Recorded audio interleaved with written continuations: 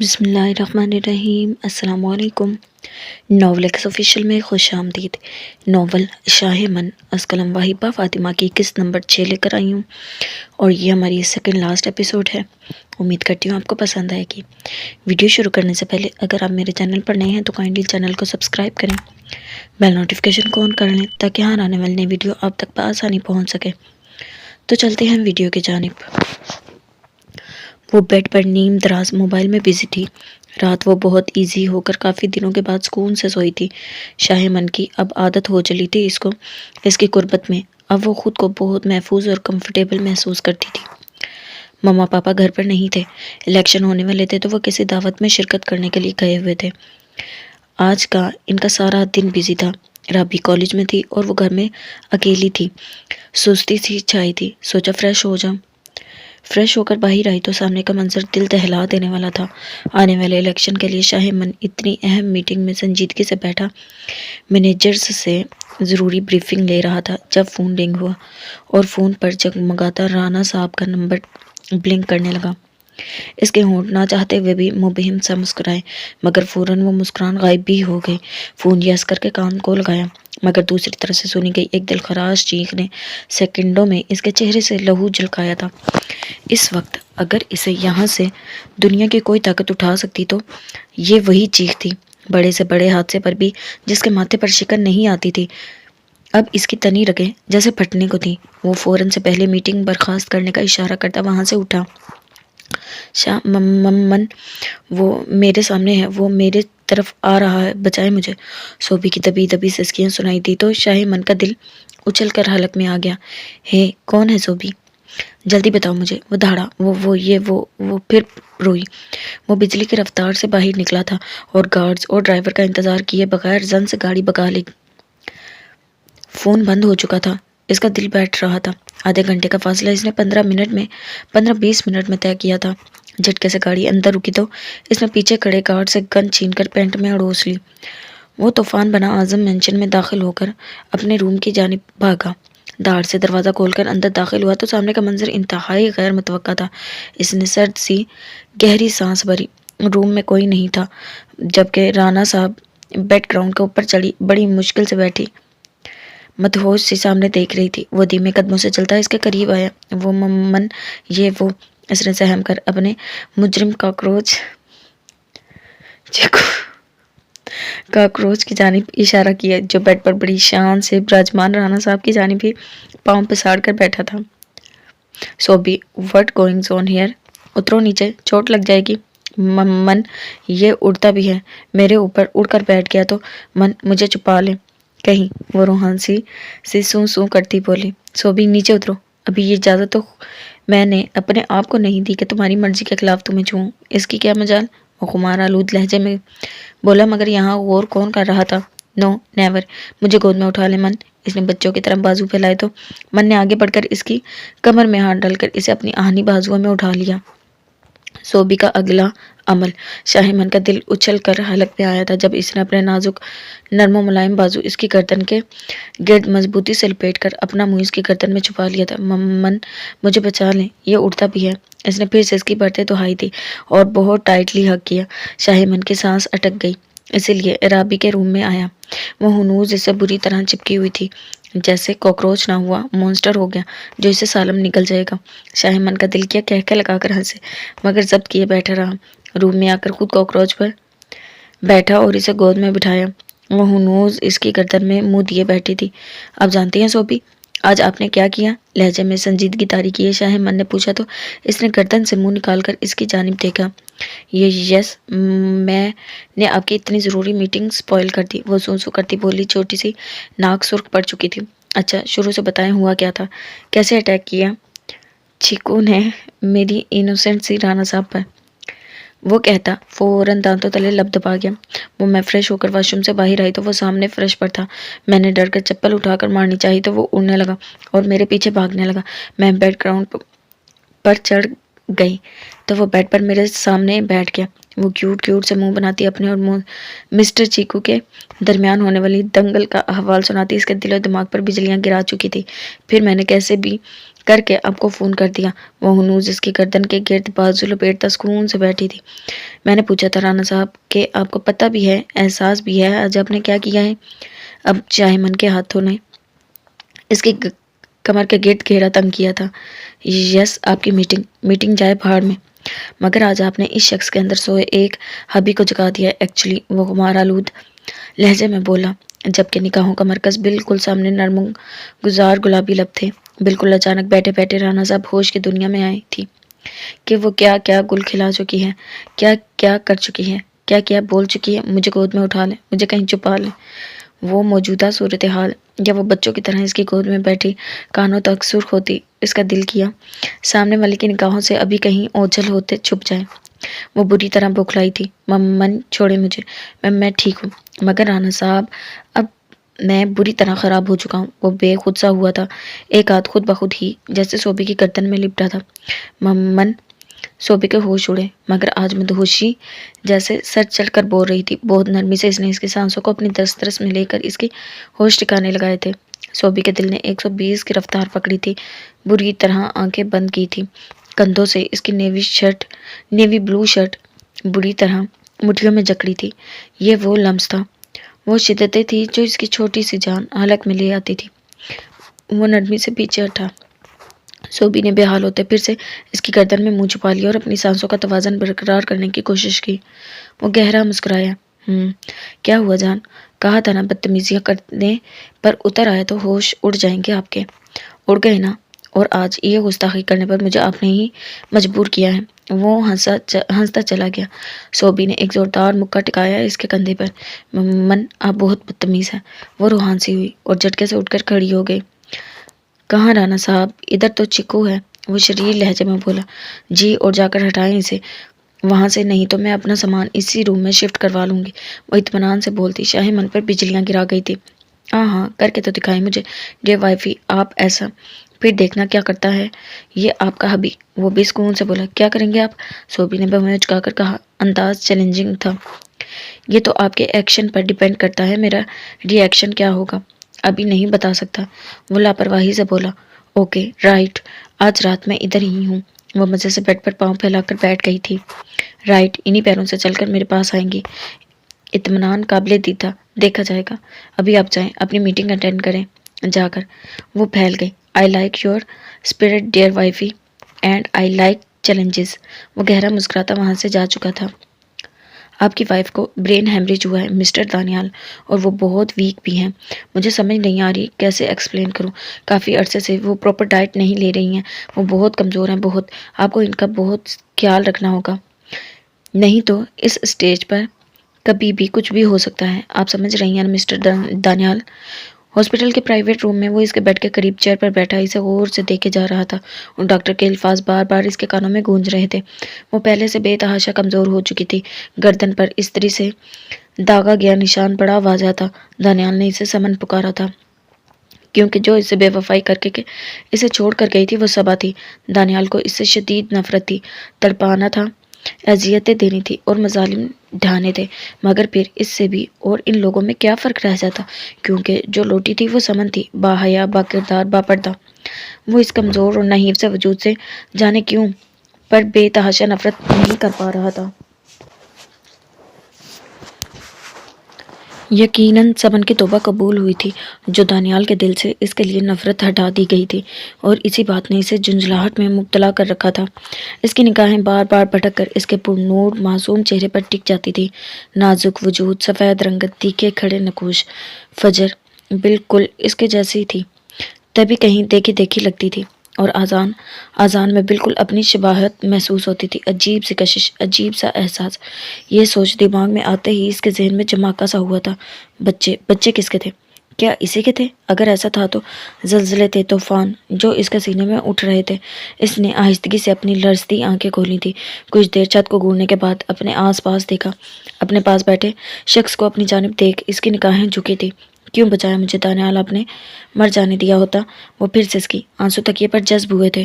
دانیال جھٹکے سے اٹھا تھا اور اسے بازوؤں سے دبوچ کر اپنے روبرو کیا تھا۔ ابھی کہاں سمن بیگم، ابھی تو اپنی اذیتوں کا حساب لینا ہے تم سے، ایک ایک پل کا۔ ابھی سے گھبرا گئی؟ وہ حساب کتاب تو بعد میں ہوگا، لیکن ابھی مجھے صرف اور صرف ایک سوال کا جواب چاہیے تم سے۔ فجر اور آذان کس کے بچے ہیں؟ وہ رونا بھول گئی تھی اور اپنے قریب اس دشمن جہاں کو شوق سے دیکھتی رہ گئی تھی۔ وہ اتنی جلدی اس بات کی باز پریس کرے گا اس نے سوچا نہیں تھا۔ یہ بات تو وہ خود سے بھی دہرانا نہیں چاہتی تھی، آج تک جان بوجھ کر اس بات کو جھٹلاتی آئی تھی۔ اس کے خود کے اعمال نے کتنی ذلت لکھ دی تھی اس کے نصیب میں۔ سمن نے نگاہیں چرائیں۔ اب نگاہیں مت چراؤ سمن بیگم، اور مجھے سچ بتاؤ۔ کم آن، وہ دھاڑا دانیال، وہ بچے، وہ پھوٹ پھوٹ کر روئی۔ بتاؤ مجھے، کم آن۔ دانیال نے اسے جھنجھوڑ ڈالا۔ وہ بچے آپ کے؟ دانیال کی گرفت میں اس کی بازوؤں سے چھوٹی تھی۔ وہ انتہائی بے یقینی سے اسے دیکھے گیا۔ اس ظالم لڑکی کی روح نہیں کانپی تھی دانیال پر اتنا بڑا ظلم کرتے ہوئے۔ دانیال، مجھے مار ڈالیں۔ کتنی دفعہ کوشش کی مگر خود کو آرام موت نہ مار سکی۔ آپ کے آگے ہاتھ جوڑتی ہوں، میری مشکل آسان کر دیں، مار ڈالیں مجھے۔ اس نے تھک کر بے حال ہوتے دانیال کے سینے پر سر رکھا تھا۔ اس کے آنسو اس کی شرٹ بھگو رہے تھے۔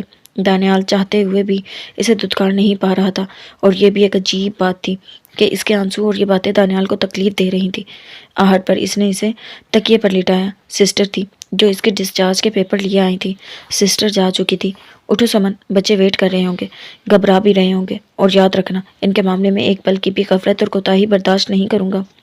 اچھے سے دماغ میں بٹھا لو۔ وہ لال انگارہ آنکھوں سے سرد و سپاٹ لہجے میں بولا تھا۔ وہ بمشکل بیڈ سے اتری مگر پاؤں زمین پر پڑتے ہی بری طرح لڑکھڑائی تھی۔ دانیال نے اچانک اسے تھاما تھا۔ دیکھ کر چلو۔ وہ غرایا مگر اسے چھوڑا نہیں۔ اس نے چادر سے چہرہ ڈھانپ لیا تھا اور اپنے وجود کو اچھے سے چھپا لیا تھا۔ وہ اسی لیے گھر لوٹا تھا۔ بچے رو رہے تھے۔ دانیال نے انہیں سینے میں بھینچا اور بوا بیگم کو کہا تھا کہ اسے روم میں لے کر جائیں اور بریک فاسٹ کروائیں۔ وہ بچوں کو لیے کچن میں آیا تھا۔ زندگی کے دکھ ہمیشہ زندگی کے ساتھ ہیں۔ لوگ فانی ہیں مگر لوگوں کے دکھ فانی نہیں۔ وہ بیڈ پر اجڑی بکھری سی حالت میں بیٹھی اپنے گزرے ماہوں سال سوچ رہی تھی۔ جب دانیال کے پاس تھی تو اس کی قدر نہیں کی تھی، کم سن تھی، نہ سمجھ۔ 16 کی تو تھی ابھی، اور اس وقت نئی جوانی کا وہ دور ہوتا ہے نئی جوانی کا وہ دور ہوتا ہے جب کچھ غلط نہیں لگتا۔ جو انسان خود کرتا ہے بس وہی صحیح لگتا ہے۔ مگر پھر نکاح کے بعد آہستہ آہستہ دانیال کے لیے دل میں محبت کی کومبل پھوٹی اور دیکھتے ہی دیکھتے وہ تناور درخت بن گئی۔ پلان کے مطابق دانیال کا کافی سارا پیسہ اڑا کر اسے محمود کے ساتھ بھاگنا تھا، مگر صبا نے محمود کو انکار کر دیا، یہ کہہ کر کہ وہ دانیال سے محبت کرتی ہے۔ محمود نے اسے اپنی مردانگی اور انا کا مسئلہ بناتے ہوئے ہر وہ ارب آزمایا جس سے صبا اس کے پاس چلی جائے، اور آخر کار اس بے غیرت نے صبا کے پچھلے میسیجز اور فون کالز کی ریکارڈنگ کو ہتھیار بنا کر اسے بلیک میل کیا کہ وہ یہ سب دانیال کو دکھا دے گا۔ پھر صبا کو اس کے پاس جانا ہی پڑا۔ اس نے نکاح کے اوپر نکاح کر لیا جو کہ حرام تھا، مگر اس نے دھمکی دی کہ وہ پھر نکاح کے بغیر ہی اسے پاس رکھ لے گا۔ محمود نے اپنی ماں باپ کو یہی بتایا کہ وہ لاوارث ہے اور اس کا کوئی آگے پیچھے نہیں۔ وقت گزرتا گیا۔ دانیال کی یاد اور محبت صبا کے دل، دماغ اور روح تک ایسی اتری کہ اسے ہر وقت ہر سمت وہی نظر آتا۔ صبا نے اپنے انکار کی بھاری قیمت چکائی تھی۔ حرام زندگی جینے کے احساس نے اسے اس کی ہر خوشی چھین لی۔ اگر ایسا نہ ہوتا تو وہ کیا پتہ سمجھوتا کر ہی لیتی۔ وہ اس قدر اسے ٹارچر کرتا اور اذیتیں دیتا کہ اس کی روح تک کانپ جاتی۔ تب وہ تنہائیوں میں اپنی عبادت کے بعد دانیال کے تصور سے ہم کلام ہوتی تھی۔ 7 سال گزر گئے۔ اب تو ٹارچر سہ سہ کر اس کی دماغی حالت اس قدر ابتر تھی کہ اسے محمود میں بھی دانیال نظر آنے لگا، اور اکثر ہی وہ اسے دانیال پکار بیٹھتی، اور پھر اذیتوں کے نئے باب شروع ہو جاتے۔ وہ اس بد چلن اور بد کردار کہنے لگا جو اس کے ساتھ رہتے ہوئے بھی دانیال کے خیالوں میں کھوئی رہتی۔ پھر وہ محمود کی قید میں ہی تھی جب حمل سے ہوئی اور دماغی حالت زیادہ بگڑ گئی۔ پھر جڑواں بچوں کی پیدائش ہوئی۔ محمود خوش ہوا مگر قسمت کو کچھ اور منظور تھا کہ وہ بچوں کی پیدائش کے فوراً بعد ہی مر گیا۔ پھر 3 سال اور اذیت میں گزرے، اور اب بھی اس کی دماغی حالت ایسی تھی کہ اسے سب بھولتا چلا جا رہا تھا۔ یاد تھا تو بس دانیال۔ وہ یہ سمجھتی تھی بچے دانیال کے ہیں، بچے محمود تو اس کی زندگی میں کبھی آیا ہی نہیں تھا۔ دانیال لان میں کھڑا اس وقت گہری سوچ میں تھا۔ ڈاکٹر نے جو کہا تھا، جو بتایا تھا، دانیال کی زندگی تک ہل کر رہ گئی تھی۔ مسٹر دانیال، آپ کی وائف کی مینٹلی کنڈیشن بالکل ٹھیک نہیں۔ وہ کبھی بھی کچھ بھی تصور کر لیتی ہیں۔ شاید پچھلے کچھ سالوں میں انہیں اتنا ٹارچر کیا گیا ہے، ان کی دماغی حالت اتنی ابتر ہے کہ وہ کبھی بھی پاگل ہو سکتی ہیں یا مر سکتی ہیں۔ میں تو ان کا جسم دیکھ کر حیران ہوں جو آئرن سے کئی جگہ چلایا گیا ہے۔ مسٹر دانیال بچا لیں انہیں، اگر زندہ رہنا چاہتے ہیں تو۔ وہ سب کچھ بھولتی جا رہی ہیں، انہیں وہ یاد رہنا چاہیے، انہیں یاد کروائیں، کچھ ایسا کہیں کہ وہ سوچنے پر مجبور ہو جائیں، دماغ پر زور دیں۔ تبھی دانیال کو بچوں کا خیال دماغ میں آیا تھا، تبھی اس نے سمن کو جھنجھوڑ کر پوچھا تھا۔ وہ چونکی تھی اور بچوں کو بتایا تھا کہ وہ دانیال کے ہیں۔ تبھی دانیال کو بہت صدمہ لگا تھا اس ظالم لڑکی کی اتنی بری مینٹل کنڈیشن دیکھ کر۔ بچے اس کے کیسے؟ وہ تو 10 سال بعد ملا تھا اس سے۔ اذان میں اس کی شباہیت کیوں تھی؟ شاید اس لیے کہ وہ دن رات محبت کی جوگر صرف اس کے بارے میں جو سوچتی رہتی تھی۔ پھر اس نے اس کی کاؤنسلنگ کروائی تھی اور کاؤنسلنگ کے دوران جو ان 10 سالوں کے انکشافات ہوئے، دانیال کو لگا اس کا وجود سلگ کر ہوا میں تحلیل ہو جائے گا۔ وہ جانتا تھا اس کے ساتھ کیا ہوا ہوگا۔ وہ دن رات دانیال کو سوچتی ہوگی، اسے ملنے کی خواہش کرتی ہوگی۔ خود اس نے کیا کیا؟ بس ہجر کے روگ میں آہیں بڑھنے کے سوا کیا کیا؟ آخر مرد تھا نا، بے وفائی کو انا کا مسئلہ بنا لیا، جا کر یہ بھی نہ پوچھا کہ ایسا کیا کیوں؟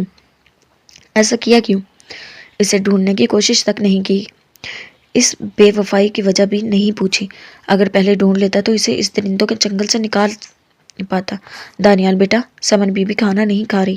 وہ اپنے خیالوں میں کھویا تھا کہ اب دونوں ہی اپنی غلطیوں کا ازالہ کر کے کیسے ایک نارمل لائف جی سکتے تھے کہ بوا بیگم نے آ کر بتایا، ٹھیک ہے اب بچوں کا خیال رکھے، میں دیکھتا ہوں۔ وہ کہتا روم کی جانب بڑھا۔ رات کا وقت تھا، رابی اور سوبی روم میں بیٹھی ہوئی تھی۔ شاہمن باہر گیا ہوا تھا، اس نے رابی کو بول دیا تھا آج وہ اسی کے ساتھ اسی کے روم میں سوئے گی۔ رابی اپنی بکس لے کر بیٹھی تھی جبکہ سوبی اپنے موبائل میں لگی ہوئی تھی۔ آج کے بارے حالات و واقعات سوچ کر بار بار دل کی دھڑکنیں بے ترتیب ہو جاتی تھی۔ اسے تقریباً 9 یا 8 اسٹینڈرڈ میں بخار ہوا تھا، بڑے شدید قسم کا، اور اس بخار میں وہ ڈر گئی تھی۔ اسے لگا تھا ڈھیر سارے کوکروچ اس کے جسم سے چمٹے ہوئے ہیں۔ اس نے اتنی چیخیں ماری تھی، اتنا روئی تھی کہ خدا کی پناہ، اور بس تب سے اسے کوکروچ فوبیا تھا۔ وہ بہت بڑا ڈر جاتی تھی۔ وہ یہ سوچ رہی تھی کہ من کیا کرنے والا ہے۔ تبھی وہ دبے قدموں باہر سے کھڑکی تک آیا تھا۔ اس کے ہاتھ میں ایک باکس تھا۔ وہ ایک شرارتی تھی ہنسی ہنس رہا تھا اپنی شرارت پر، یہ جانے بغیر کہ اسے یہ شرارت کتنی مہنگی پڑنے والی ہے۔ اس نے کھڑکی چپکے سے تھوڑی سی کھولی اور باکس کا منہ کھول کر کھڑکی کے اندر کر دیا۔ کھل بلاتے 9-10 کوکروچ اندر آ گئے تھے اور پھر حسب متوقع کچھ ہی دیر بعد سوبی اور رابی کی نظر ان پر پڑی۔ سوبی کا چہرہ خوف سے سفید پڑ گیا تھا۔ پھر اعظم انشن ان کی دل روز چیخوں سے گونج اٹھا تھا۔ دلاور اعظم اور شازیہ بیگم گھبرا کر اپنے روم سے باہر آئے تھے۔ بی جان جو کہ گاؤں سے واپس لوٹی تھی وہ بھی بوکھلا گئی تھی۔ سوبی تو بس چلائے جا رہی تھی۔ رابی نے ہی اسے گھسیٹ کر روم سے نکال کر باہر لائی تھی۔ اب شاہمن کے بھی ہاتھ پیر پھول تھے۔ وہ بھاگا، رخ سیدھا لاؤنج کی جانب تھا اور اب وہ پھوٹ پھوٹ کر روتی چلائے جا رہی تھی۔ شاہمن نے آگے اسے بازوؤں سے تھام کر جھنجھوڑا تھا۔ Please be quiet, I was just a joke, it was just a joke. مگر وہ کچھ کہنے سننے سے پہلے اس کی بازوؤں میں جھول گئی۔ شاہمن کے ہاتھ پیر پھولنے لگے تھے۔ دلاور اعظم نے فوراً ڈاکٹر کو فون کیا۔ دانیال روم میں آئے تو وہ بیڈ پر گھٹنے فولڈ کیے بیٹھی اپنے پاؤں کے ناخنوں کو گھور رہی تھی۔ وہ آہستگی سے اس کے قریب آ بیٹھا۔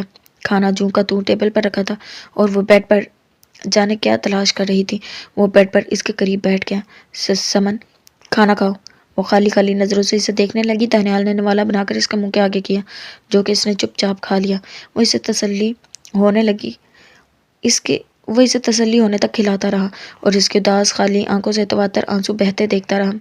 کھانا کھلا کر ٹرے ایک سائڈ پر رکھی اور سب سے پہلے تو اسے اپنے کشادہ سینے میں پینچا۔ وہ روئے گئی اور اس کی شرٹ بھگوتی رہی۔ دانیال نے اس کا چہرہ اپنے سینے سے نکالا، اپنے لبوں سے وہ بے مول موتی چن کر انہیں انمول بناتا گیا۔ دانیال معاف، اس نے اس کے ہونٹوں پر انگلی رکھی۔ سمن آج کے بعد میں تمہارے ہونٹوں سے یہ بات نہ سنوں اور یہ آخری بار ہے کہ تم نے آنسو سے میری شرٹ بھگوئی ہے۔ میں اب تمہیں روتا ہوا نہ دیکھوں۔ دانیال نے اسے خود میں بھیجا۔ تبھی دروازہ کھلنے کی آواز پر دانیال نے نرمی سے اسے پیچھے کیا تھا۔ بچے کودتے ہوئے آ کر دانیال کی گود میں چڑھے تھے۔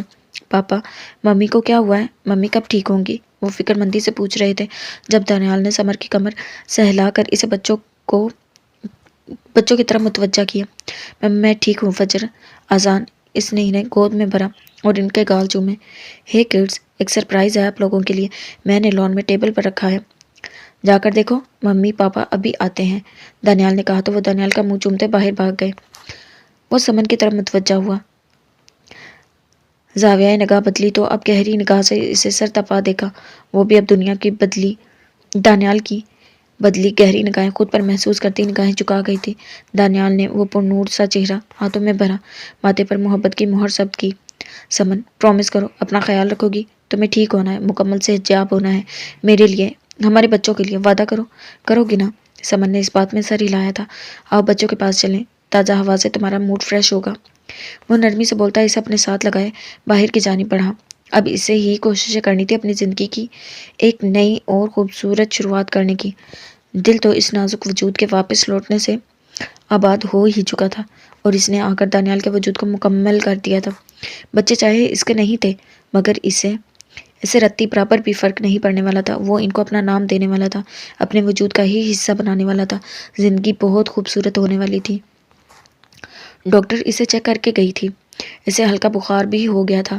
رانا جہانگیر اور سائمہ بیگم بھی آ گئے تھے۔ اسے کاکروچ فوبیا ہے بیٹا، یہ بہت ڈر جاتی ہے، رانا جہانگیر نے بتایا، اور وہ واقعہ بھی سنایا جس سے اسے یہ مسئلہ ہوا تو وہ مزید شرمندہ ہو گیا۔ سانس تو پہلے ہی سینے میں الجھی ہوئی تھی۔ وہ اسے اٹھا کر اپنے روم میں ہی لے آیا تھا، اور اب ڈاکٹر نے اسے سکون کا انجیکشن دیا تھا۔ سب موجود تھے۔ دلاور اعظم اور شازیہ بیگم سے جی بھر کر ڈانٹ کر کھا چکا تھا۔ رابی بھی غصے سے گھورتی رہی تھی اسے۔ سب بیٹھے ہلکی ہلکی باتیں کرنے میں مصروف تھے۔ رات کافی ہو چکی تھی۔ جہانگیر اور سائمہ اجازت طلب کر کے چلے گئے۔ بی جان نے اس پر آیتیں تلاوت کر کے دم کی۔ سب اپنے اپنے روم میں چلے گئے۔ وہ ڈور لاک کر کے آ کر اس کے قریب نیم دراز ہوا تھا۔ پتہ نہیں تھا اس کی شرارتی سے اتنی مہنگی پڑنے والی ہے، سوچا نہیں تھا، اور اسے اپنی جان کے متعلق ہر چیز معلوم تھی سوائے اس کے۔ وہ خود کو ملامت کر رہا تھا کہ اس نے اتنی امپورٹنٹ بات کیسے مس کر دی۔ سوبی بے چین سی ہوئی تھی۔ وہ الرٹ ہوا، سوتے ہی سہمی تھی۔ ماتھے پر ہلکے پسینے کے قطرے نمودار ہوئے۔ ہے رانا صاحب، نہ کیا کریں یار۔ شاہمن اس کے ماتھے سے اپنا ماتھا ٹکایا۔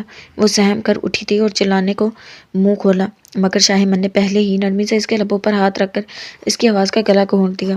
سوبی پلیز، کوئی نہیں ہے میری جان، مت ڈرے۔ وہ اس کا ہاتھ سے ہلاتے اسے ریلیکس کرنے لگا۔ وہ گہری سانس لیتی اب نارمل ہو چکی تھی۔ من نے نرمی سے ہاتھ ہٹایا۔ کاجل بھرے نین کٹورے پانیوں سے بھرے ہوئے تھے۔ شاہمن تڑپا، کھینچ کر اسے سینے میں بھینچا۔ ہے، آئی ایم سو سوری، مجھے نہیں پتا تھا میرے اس بیہودہ جوک سے آپ کو اتنی تکلیف ہوگی۔ پرومس کرتا ہوں اب کبھی آپ پر آنچ بھی نہیں آنے دوں گا۔ وہ اس کی پیٹھ تھپتھپاتے اسے سکون دے رہا تھا۔ کافی دیر اسے باتیں کرتا وہ اسے نارمل کرنے میں کامیاب ہو گیا تھا۔ جلد ہی اس کی آغوش میں پرسکون سی سو چکی تھی۔ شاہمن نے ذرا سا سر جھکا کر دیکھا۔ اب اس من موہنے چہرے پر سکون تھا۔ وہ نرمی سے جھکا اور چہرے کے تمام معصوم نقوش پر محبت کی مہریں ثبت کی۔ نہیں جانتا رانا صاحب، کیا جادو کیا ہے آپ نے کہ آپ کے علاوہ کچھ دکھائی نہیں دیتا، نہ ہی سنائی دیتا ہے جانے من، وہ کہتا ہوا مزید قریب کرتا سکون سے آنکھیں موند گیا۔ وہ اپنے آفس میں ضروری کام میں بزی تھا جب ڈور ہلکا سا نوک کر کے کوئی اندر آیا۔ اس نے سر اٹھا کر اوپر دیکھا تو ماتھے پر ڈھیر سارے بال آئے تھے، رگیں تن گئی تھی۔ نشوان دھیمی چال چلتا شیطانی سی مسکراہٹ لیے اس کے سامنے آ کر رکا تھا۔ نشوان، اگر نہیں جانتے کہ میرے کارڈز تمہیں اٹھا کر باہر پھینک کے دفع ہو جاؤ یہاں سے، شاہمن نے خطرناک حد تک سنجیدگی سے کہا تھا۔ اس نے پاکٹ سے ایک پیکٹ نکال کر اس کے سامنے ٹیبل پر رکھا۔ کیا ہے یہ؟ ٹو دی پوائنٹ بات کرو، نہیں تو آؤٹ، وہ گھبرایا۔ Challenge شاہمن، challenge. کتنا اعتبار بخشا ہے اس نے تمہیں، اور تم نے اسے ایسی چال چلی ہے کہ یہ جو تمہارا کھوکھلا بے نام رشتہ ہے ریت کی دیوار ثابت ہونے والا ہے۔ اس کے ہر لفظ، ہر بکواس کے ساتھ شاہمن کے چہرے نے غصے کی انتہا سے لہو جھلکایا تھا۔ اس نے فوراً سے پہلے پیکٹ کھول کر دیکھا تھا جس میں نشوان اور سوبی کی مری کی کچھ پکس تھیں، مختلف پوز میں، جیسے ساتھ ساتھ کھڑے اور بیٹھے ہوں۔ شاہمن استہزائیہ سا ہنسا تھا اور ان کاغذوں کے ٹکڑے کر کے اس کے منہ پر مارے۔ یہ اوقات ہے میری نگاہ میں تمہاری اس گھٹیا چال اور چیپ حرکت کی۔ اب دفع ہو جاؤ نشوان، نہیں تو میں بھول جاؤں گا کہ او کم آن شاہمن، بات کرنے آیا ہوں تو بات کرو۔ تمہاری نظر میں ان کاغذوں کے ٹکڑے کی یہ اوقات ہے، میں جانتا تھا تم ان کا یہی حشر کرو گے۔ یہ تمہارے لیے تھے بھی نہیں ڈیئر، یہ تو اس کے لیے ایک ٹریپ تھا۔ اس کے پاس بھی بھیجا ہے میں نے یہ پیکٹ۔ اب دیکھنا یہ ہے کہ اسے یہ کتنا اعتبار ہے کہ تمہیں اس پر اعتبار ہے کہ نہیں۔ اس نے خباثت سے آنکھ ونک کی تھی۔ اور تم اپنی اس گھٹیا چال میں کبھی کامیاب نہیں ہو پاؤ گے نشوان احمد، وہ اچھی طرح جانتی ہے مجھے اس پر کتنا ٹرسٹ ہے۔ شاہمن گھبرایا اور اب کی بار غصے سے آگ بگولا ہوتے اس کا گریباں دبوچا تھا۔ دیکھو، یہی چیلنج کرنے آیا تھا۔ کہ دیکھتے جاؤ وہ تم سے اپنی یہ پرابلم شیئر کرتی ہے یا نہیں. یہ میرے بلیک میل کرنے پر تمہیں بتائے بغیر میرے پاس چلی آئے گی مجھ سے یہ پکس لینے. وہ سکون سے بولا. میں تمہاری جان لے لوں گا نشوان, تمہاری آنکھیں نکال کر چیل کموں کو کھلا دوں گا. وہ دھاڑتا اس کے چہرے پر ایک زوردار مکہ مار چکا تھا. اس کے ناک اور منہ سے خون نکلا تھا, مگر وہ خباثت سے ہنسے گیا. جانے دو شاہمن, ابھی تو گیم کی شروعات ہوئی ہے, ابھی تو کھیلنے کا مزہ آئے گا. اور دیکھو جیت کس کی ہوتی ہے, ہار کس کی, اور ٹرافی کس کو ملتی ہے. وہ مسلسل مار کھاتا بکواس کیے جا رہا تھا. آخر دانیال نے ہی آفس میں داخل ہو کر چاہے من سے نشوان کو چھڑوا کر باہر گھسیٹا تھا. نشوان, اس سے پہلے میں تمہیں شوٹ کر دوں, دفع ہو جاؤ یہاں سے. وہ دھاڑا. وہ تن فن کرتا وہاں سے نکلا تھا. اب پلان بی پر عمل کرنے کا وقت آ چکا تھا. شاہ من دلاور اعظم, تمہاری ناک کے نیچے سے لے جاؤں گا میں اسے تم سے بہت دور, ہمیشہ ہمیشہ کے لیے, اپنا بنانے کے لیے. ہاں ہاں ہاں. وہ مکروہ کہکا لگا کر ہنستا گاڑی میں بیٹھ گاڑی زن سے بگا لے گیا. وہ گرین ہاؤس میں مالی بابا کے ساتھ پودوں کی کاٹ جھاٹ میں بزی تھی جب فون رنگ ہوا. اس نے دیکھا ان نون نمبر تھا. وہ ان نون نمبرز اٹھاتی نہیں تھی, مگر مسلسل چنگھاڑتے فون نے اسے بیزار کیا تھا. تبھی یس کر کے کان کو لگایا. ہیلو, یس مسٹر شاہ من, دلاور اسپیکنگ. ہوز دیر؟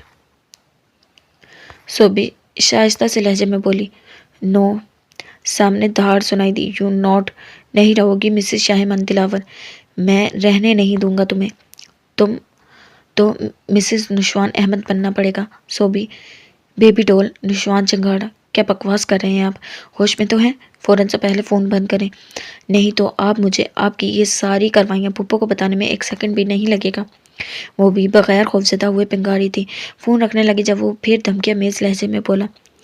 تم بتانا, میں اسی وقت کھڑے پیر نایاب گل کو طلاق دوں گا,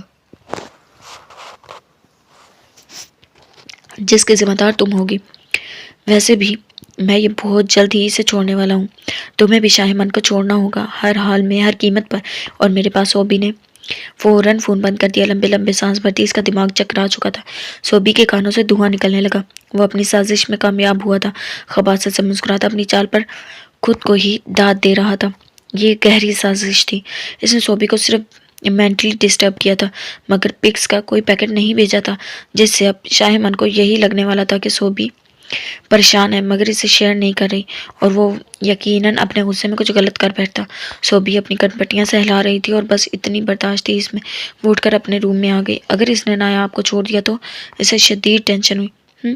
مجھے کیا, باڑ میں جائیں دونوں, نشوان بھی اور نایاب گل بھی. وہ بے تحاشا جھنجھلائی تھی.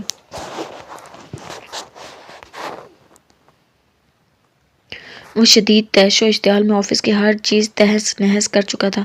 جب دانیال نے آ کر اسے دبوچا. کیا کر رہے ہو, من چھوڑے یہ سب, پاگل ہو گئے ہو, ریلیکس ہو جاؤ.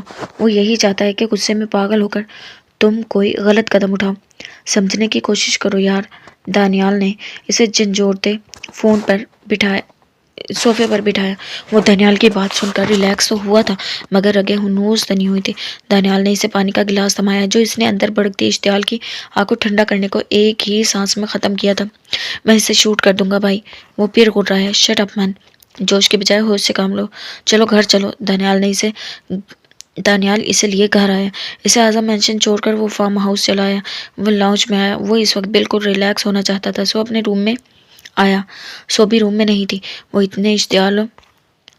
اتنے تیش و اشتعال میں ہرگز اس کا سامنا نہیں کرنا چاہتا تھا. سو پہلی بار اسے ملے بغیر وہ بیڈ پر لیٹ گیا. بڑی دیر بے چینی سے کروٹیں بدلتے آخر نیند آ ہی گئی.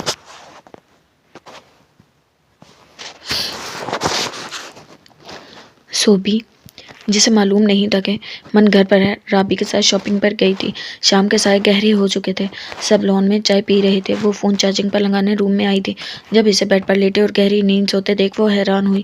اس نے چاہا وہ بھی سب کے ساتھ چائے پیے, تو سوچا اسے اٹھا دے. وہ قریب آئی تھی. اس کے کندھے سے اسے ہلکے سے ہلایا. من اٹھے. من مٹت سے مس نہ ہوا. اف اعظم صاحب اٹھے نا, بھنگ پی کر سو رہے ہیں کیا؟ وہ جھنجھلائی. ایک گزار سے لمح سے اس کی آنکھ کھلی تھی. سنجیدگی سے اسے دیکھا. صوبی اس کی آنکھیں دیکھ کر چونکی تھی، لال انگارہ آنکھیں، سنجیدہ چہرہ۔ وہ نروس ہوئی۔ آج سے پہلے کب وہ اس کے سامنے اتنا سنجیدہ ہوا تھا؟ اس کے سامنے تو وہ موم کا بن جاتا تھا۔ وہ اٹھ بیٹھا اور بڑے غور سے اسے آبزرو کیا تھا، جو سامنے فیروزی ڈریس میں گلابی سی گڑیا ہلکا سا جھکی اب سیدھی ہو چکی تھی۔ لان میں سب چائے پی رہے تھے تو میں نے آپ کو بھی جگا دیا۔ وہ ان کی نگاہوں کی تپش سے سخت نروس ہوئی۔ ادھر قریب آئیں صوبی، سنجیدگی سے ہاتھ آگے بڑھایا۔ وہ اس کے بدلے انداز پر چونکی تھی۔ من کا کیا ہوا آپ کو؟ آپ ٹھیک تو ہیں؟ ابھی وہ جواب دیتا کہ رابی اسے بلانے کمرے میں آ گئی۔ صوبی کہاں رہ گئی؟ ارے بھائی آپ بھی ادھر ہی ہیں، چلیں ماما پاپا ویٹ کر رہے ہیں۔ وہ لب بھیجتا اٹھ بیٹھا۔ وہ لان میں آیا تھا، سب کے بیچ چائے پیتے اس نے صوبی کی خاموشی نوٹ کی تھی، دل و جان پر جیسے منوں بوجھ دبے تھے، اور یہ اس کے لیے برداشت سے باہر تھی بات۔ صوبی اس کی خود پر پڑتی عجیب سی نگاہوں سے گھبرا رہی تھی۔ وہ اس کی یہ گھبراہٹ شاہ من کی روح تک کو گھائل کر رہی تھی۔